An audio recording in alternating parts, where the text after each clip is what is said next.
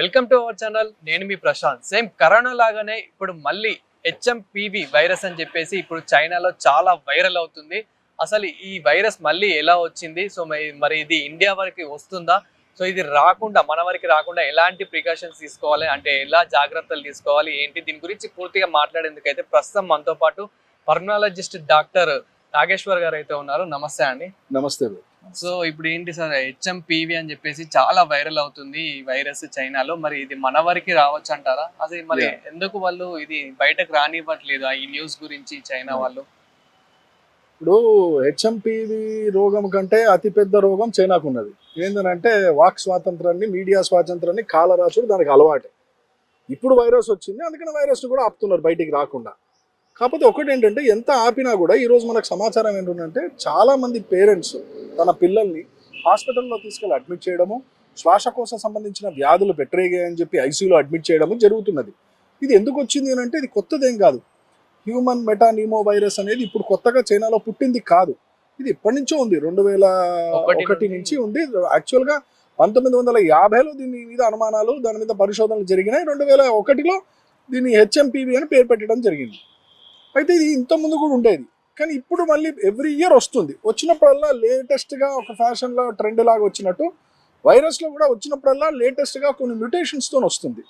ఇక్కడ ఏం జరిగిందనంటే, పాత మ్యూటేషన్స్ కంటే కూడా కొత్త మ్యూటేషన్స్ ఏవైతే హెచ్ఎంపివిలో వచ్చాయో వాటి వలన ఆల్రెడీ కుదేలైన వ్యాధి నిరోధక శక్తి ప్రపంచంలో కరోనా వ్యాక్సిన్ వలనండి, కరోనా ఇన్ఫెక్షన్ వలనండి కొన్ని మార్పులు జరిగినాయి బాడీలో.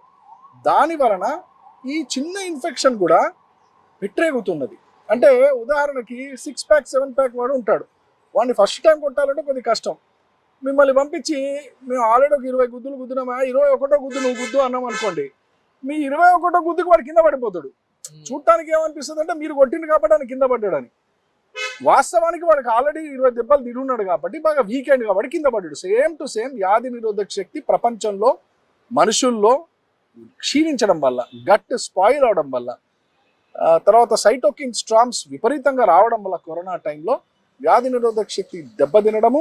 ఈ రోజు కూడా మనం దాని రోగాలు, దాని పర్యవసాన విషయాలు చూస్తున్నాం. కాబట్టి హెచ్ఎంపివి అనేది చిన్న వైరస్ అయినా ఒకటేసారి అటాక్ ఇస్తుంది. అంటే ఉదాహరణకి ఒక మెటల్ పీస్ ఉన్నదండి, ఒక మెటల్ రాడ్ ఉన్నది, దాన్ని మనం నిప్పు అంటించుకోవాలంటే చాలా హీట్ అవుతుంది, కానీ అది నిప్పు అనుకోదు నిప్పు. అదే ఒక చెక్క ఉన్నది, దాని మీద కిరోసిన్ పోసారు, నిప్పు రవ్వ పడితే చాలా భగ్మని అంటుంది. నిప్పు రవ్వకి పవరా లేకపోతే చెక్కకి పవరా అంటే, ఇప్పుడు ఈ కండిషన్లో చెక్క కిరోసిన్ రెండు కలిసాం కాబట్టి నిప్పు రవ్వ చాలు భగ్మంటానికి. ప్రపంచంలో పరిస్థితి అలా ఉంది, చైనాలో కూడా అలాగే ఉంది.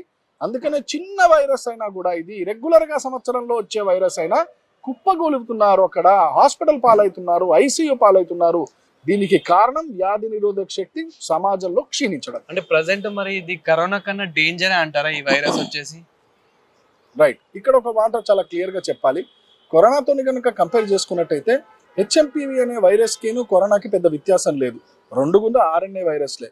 రెండు కూడా మోడ్ ఆఫ్ యాక్షన్, అంటే బాడీలో ఎంటర్ అయిన తర్వాత ఏ కణాలను అయితే అవి పుట్టరేగింపజేస్తాయో ఇంటర్ల్యూకిన్స్ అని అంటాం, ప్రో ఇన్ఫ్లమేటరీ సైటోకిన్స్ అంటాం. ఆ కణాలని దెబ్బతీయడంలో కరోనా ఎట్లా బిహేవ్ చేసిందో హెచ్ఎంపివి కూడా అలాగే బిహేవ్ చేస్తుంది. దీంట్లో వ్యత్యాసము లేదు. సో అందుకని ఇదంతా చూసిన తర్వాత మనం ఏమంటున్నాం, కొద్దిగా అప్రమత్తంగా ఉండాల్సిన అవసరం ఉందనుకున్నాం. లేదు అని అంటే, కరోనాలో జరిగిన మనకి ఏదైతే గుణపాఠాలు ఉన్నాయో అవి మనం ఇప్పుడు ఇంప్లిమెంట్ చేయకపోతే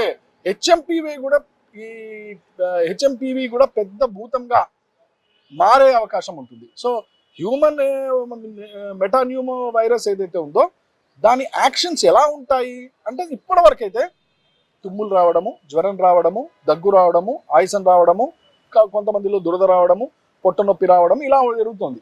దీంతో ఆగుతుందా? ఆగట్లేదు. హాస్పిటల్ వరకు తీసుకెళ్తుంది. హాస్పిటల్ తీసుకెళ్ళిన తర్వాత ఇంకో వారంలో అడ్మిట్ అయిన పిల్లలు కానీ, పెద్దవాళ్ళు కానీ, 14 years లోపల పిల్లలు కానీ, పెద్దవాళ్ళు 50-60 సంవత్సరాలు దాటిన వాళ్ళకి కానీ ఎలా రెస్పాండ్ అవుతారనే పరిస్థితి అప్పుడు మనకు తెలుస్తుంది.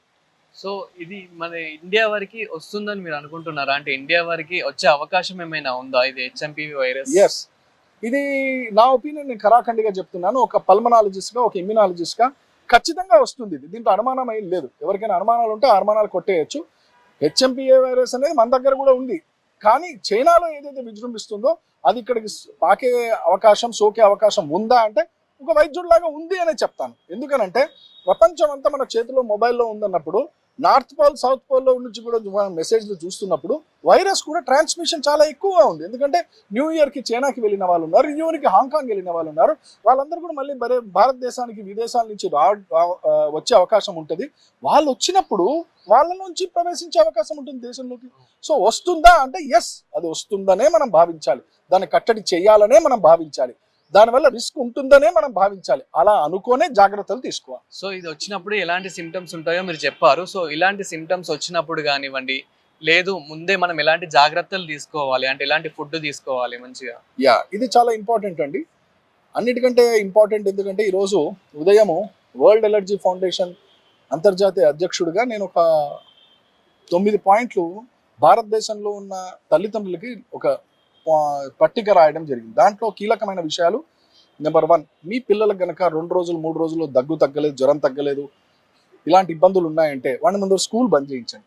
ఏం పర్లేదు, స్కూల్ పోయినా పర్లేదు, 5 రోజులు ఇంట్లో పెట్టి పోషకాహారం ఇవ్వండి, మంచి లెమన్ జ్యూస్ ఇవ్వండి, నీరు చక్కగా తాగించండి. వైరస్లో డీహైడ్రేషన్ జరుగుతుంది కాబట్టి ఆ డీహైడ్రేషన్ బాబు కాకుండా పాప కాకుండా మనం కాపాడుకోవాల్సిన అవసరం ఉంటుంది. అతి కీలకమైన విషయం vitamin D, vitamin C, B complex, ఇవన్నీ కూడా ఇప్పుడు ఇవ్వాల్సిన అవసరం ఉంటుంది. సో తల్లిదండ్రులకి మెయిన్గా, గవర్నమెంట్ వారికి మెయిన్గా, స్కూల్ యాజమాన్యాలకి మనం చేతులు దండం పెట్టి చెప్పేది ఏంటంటే తొందరపడకండి. ఒక దగ్గర ప్రమాదం ఉంది అని గంటికలు మోగాయి, దీని అనుగుణంగానే మన ఆలోచనలు పిల్లల్ని కాపాడుకునే విధంగా ఉండాలి. కాబట్టి పోషకాహారం ఉండాలి. ఒకవేళ గనక 2 రోజుల్లో జ్వరం తగ్గకపోతే మీరు అబ్జర్వ్ చేసిన గోళీలు, పారాసెటమాల్ లాంటివి ఏదైనా వేసినా తగ్గకపోతే ఇమ్మీడియట్గా మీరు దగ్గరలోని డాక్టర్ని సంప్రదించాల్సిన అవసరం ఉంటుంది. ఏమి కాదు అని మాత్రం ఇంట్లో ఉండకూడదు. అదేవిధంగా మనము లాస్ట్ టైం చూసుకున్నట్లయితే కనుక కరోనా టైంలో కోవిషీల్డ్, కోవాక్సిన్ అనేది మనం తీసుకున్నాము. సో అవి ఇప్పటివరకు, ఆ పవర్ అనేది ఇప్పటివరకు దీనికి వర్క్ చేస్తుంది అంటారా ఈ వైరస్కి? సూటిగా చెప్పాలి దీని సమాధానం నో. ఎందుకనంటే దాని పవర్ దానికే పనిచేయలేదు, ఇక దీని వరకు ఏం పనిచేస్తుంది, అది ఇంపాసిబుల్. సో అసలు అదో పెద్ద డిబేట్. ఇప్పుడు అసలు కరోనా వ్యాక్సిన్ వేసిన తర్వాత రోగాలు పెరిగినా, వేయకముందర రోగం అంటే వేయకముందర ఒకటే శత్రువు ఉండేవాడయ్యా, వేసిన తర్వాత 4 శత్రువులు అయ్యారయ్యా శరీరంలో అన్నట్టు అయింది. సో దానికి వ్యతిరేకమా సపోర్ట్ అనే విషయం పక్కకు పెడితే ఆ వ్యాక్సిన్ దీనికి పనిచేయదు, దీనికి వ్యాక్సిన్ లేదు, దీనికి మందు లేదు, ప్రివెన్షన్ ఒక్కటే మార్గము. ఇది మనం మనసులో పెట్టుకోవాల్సిన అవసరం ఉంటుంది. అండ్ కొందరు మెయిన్లీ విలేజ్ పీపుల్స్ ఎవరైతే ఉన్నారో, అదేం చేస్తుంది లేరా, మనల్ని చికెన్ మటన్ గట్టిగా వేసిందా, ఆల్కహాల్ బాగా తాగడం, సో ఇవన్నీ అదే చంపేస్తుందని చెప్పేసి అలా కూడా నమ్ముతూ ఉన్నారు. సో అలాంటి వాళ్ళకి మీరు ఏం చెప్తారు, అంటే ఇలాంటి ఫుడ్, ఇలాంటి డ్రింక్ తీసుకునే వాళ్ళకి? That's a very good question అండి. అది పట్టణంలో ఉండే వాళ్ళైనా, పల్లెల్లో ఉండే వాళ్ళైనా, ఏరోప్లేన్లో బతికే వాళ్ళైనా, ఇంకెక్కడైనా బతికే వాళ్ళైనా అశ్రద్ధ చేయవద్దు. ఇది ఎలా కొరడా జులిపిస్తుందనేది చెప్పలేము. చైనాలో విజృంభిస్తుంది, ఇండియాలో వచ్చే అవకాశం ఉందా? ఉంది. చైనాలో లాగా ఇండియాలో ఉంటుందా? అలాగే ఉంటుంది, పెట్టరేయవచ్చు, అల్ప తక్కువ కూడా ఉండవచ్చు. వైరస్ వైరస్సే. మీ పక్కలో గనక పెద్ద కత్తి పెట్టినా, చిన్న కంజర పెట్టినా, బ్లేడ్ పెట్టినా దానికి జాతి కొయ్యవలసిందే. అది ఎక్కడ తగిలినా అక్కడ కట్ అవుతుంది, రక్తం వస్తుంది. వైరస్తోని జాగ్రత్తగా ఉండాలి. లేదు అన్నట్టయితే అది ముప్పు వచ్చే అవకాశం ఉంటుంది, హాస్పిటల్ అడ్మిషన్ అయ్యే అవకాశం ఉంటుంది. నెంబర్ 1, ఆల్కహాల్ బంద్ చేయండి ఒక 60 రోజులు.